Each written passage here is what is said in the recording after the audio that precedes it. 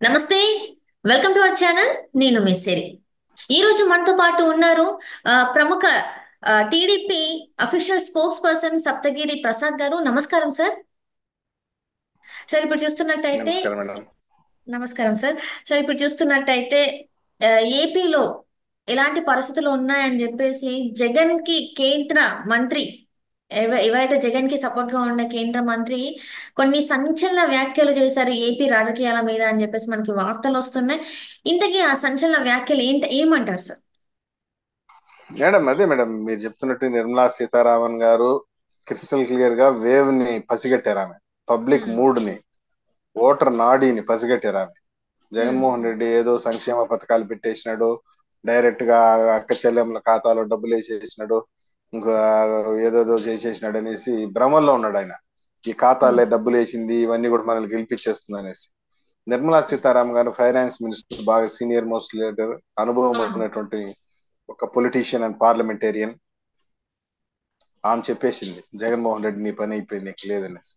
మీరు ఇంకో ఉమ్, విషయం కూడా గుర్తుపెట్టుకోవాల్సింది ఏంటంటే, ప్రశాంత్ కిషోర్ గారు ఎవరైతే ఉమ్, ఐపాక్ లో పనిచేస్తూ మన జగన్మోహన్ రెడ్డి గారి గెలుపు కోసం 2019లో ఈజ్ ద స్ట్రాటజిస్ట్ ఉమ్, జగన్మోహన్ రెడ్డి గారికి, ఆయనే చెప్పేశాడు జగన్మోహన్ రెడ్డి దారుణమైనటువంటి ఓటమిని చూడబోతున్నారని. ఓటమి అంటే మామూలు కాదు, దారుణమైన ఓటమి జగన్మోహన్ రెడ్డి గారు చూడబోతున్నారు ఇంకా అని చెప్పి ఉమ్, ప్రశాంత్ కిషోర్ లాంటి స్ట్రాటజిస్ట్, సెఫాలజిస్ట్ ఆయన చెప్పాడు.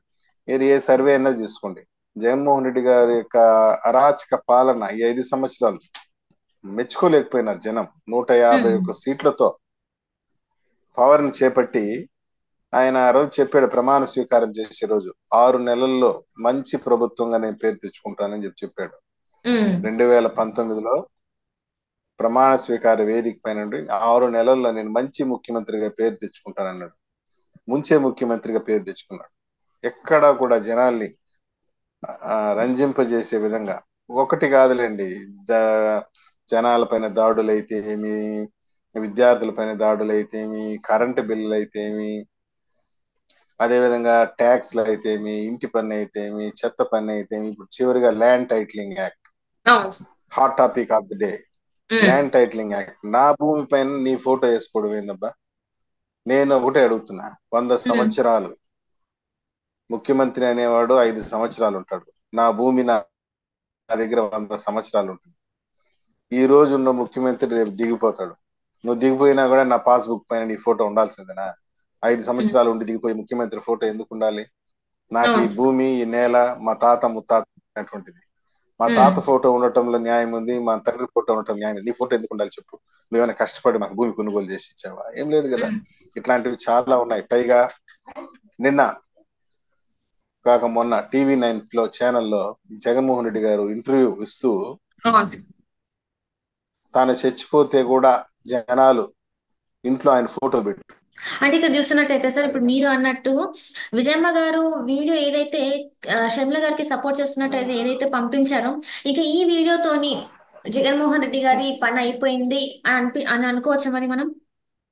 ఫిక్స్డ్ కదా మరి. ఇప్పుడు జగన్మోహన్ రెడ్డి గారికి తన సొంత తల్లి మద్దతు ఇవ్వటం లేదే.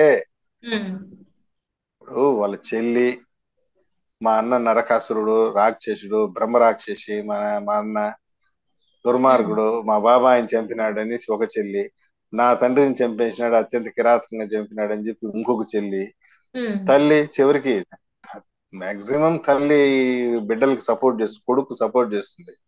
ఉమ్, మీ తల్లి లండన్ నుండి వీడియో రిలీజ్ చేసింది ఏమని? షర్మిలమ్మని గెలిపించండి, మా షర్మిలమ్మని గెలిపించండి, నా కొడుకును ఓడగొట్టండి అని. ఇండైరెక్ట్ దాని మీనింగ్ ఇండైరెక్ట్ గా అదే కదా, ఉమ్, నా బిడ్డను గెలిపించండి అంటే.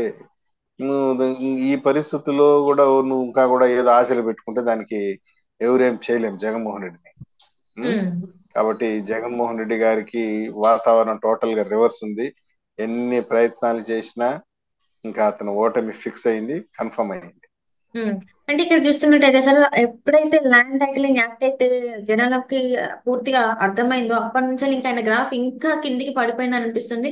నిన్న మొన్నటి వరకు 30 సీట్లు కనీసం 20 సీట్లైనా వస్తాయి అనుకుంటే ఇప్పుడైతే 20 సీట్ల లోపే అని చెప్పేసి అంటున్నారు. మరి ఇది నిజంగా 20 సీట్ల లోపే మరి వైసీపీ గెలుచుకునే అవకాశం ఉందంటారా? మేడం, ఒక్క ల్యాండ్ టైటిలింగ్ యాక్ట్ విషయమే కాకుండా అది ఇటీవల చాలా బూమ్రాంగ్ అయింది ఇది. ఉమ్, దాంతో జగన్మోహన్ రెడ్డి గ్రాఫ్ పడిపోయింది. అప్పులు ఉమ్, చేసి ప్రజల ఆస్తుల్ని తనఖా పెట్టి డబ్బులు తీసుకురావడానికి కోసమని ఈ ల్యాండ్ టైటిలింగ్ యాక్ట్ తీసుకొచ్చాడని ఎక్కడ చూసినా మారుమూల కుగ్రామాల్లో పల్లెల్లో రైతులు చిన్న చిన్న సంఘాల ప్రజలందరూ కూడా డిస్కస్ చేసుకుంటున్నారు. ఉమ్, ఇది ఒకటే కాకుండా జగన్మోహన్ రెడ్డి పరిపాలన ఉద్యోగస్తులు వేధింపులు అయితేమి, మహిళల పైన దాడులు అయితేమి, విద్యార్థుల పైన దాడులు, ఉమ్, హత్యలైతే ఏమి, దొమ్మిలైతే ఏమి, లా అండ్ ఆర్డర్, అదేవిధంగా భూ కబ్జాలు, విశాఖలో ముఖ్యంగా రాజధాని రైతుల్ని బెదిరించడం, ఏమార్చడం, వాళ్ళ భూములు గుంజుకోవటం, వాళ్ళ పైన లాఠీ చార్జీలు చేయటం, కొట్టటం, ప్రతినిత్యం ప్రతిపక్షాలను అరెస్ట్ చేయడం, వేధించడం. ఈ రాష్ట్రాన్ని 5 సంవత్సరాలు నన్ను అడిగితే ముఖ్యమంత్రి జగన్మోహన్ రెడ్డి కన్నా కూడా పోలీసులు పరిపాలించారని చెప్పొచ్చు. ఉమ్, పోలీసులు రూల్ చేశారు ఈ రాష్ట్రాన్ని 5 years. ఉమ్, గోడలు దూకి ప్రతిపక్ష నాయకులను అరెస్ట్ చేయటం, తప్పుడు కేసులు పెట్టడం, మీడియా వాళ్ళని వేధించడం, ఉం? ఇవన్నీ జనం విసిగి వేసారిపోయారు. ఇంక ఇతను ఉమ్, భరించలేము, ఇతనేదో ఉద్ధరిస్తాడు అనుకున్నారు. ఉమ్. కానీ ఆ స్థాయిలో లేదు అతని యొక్క పరిపాలన.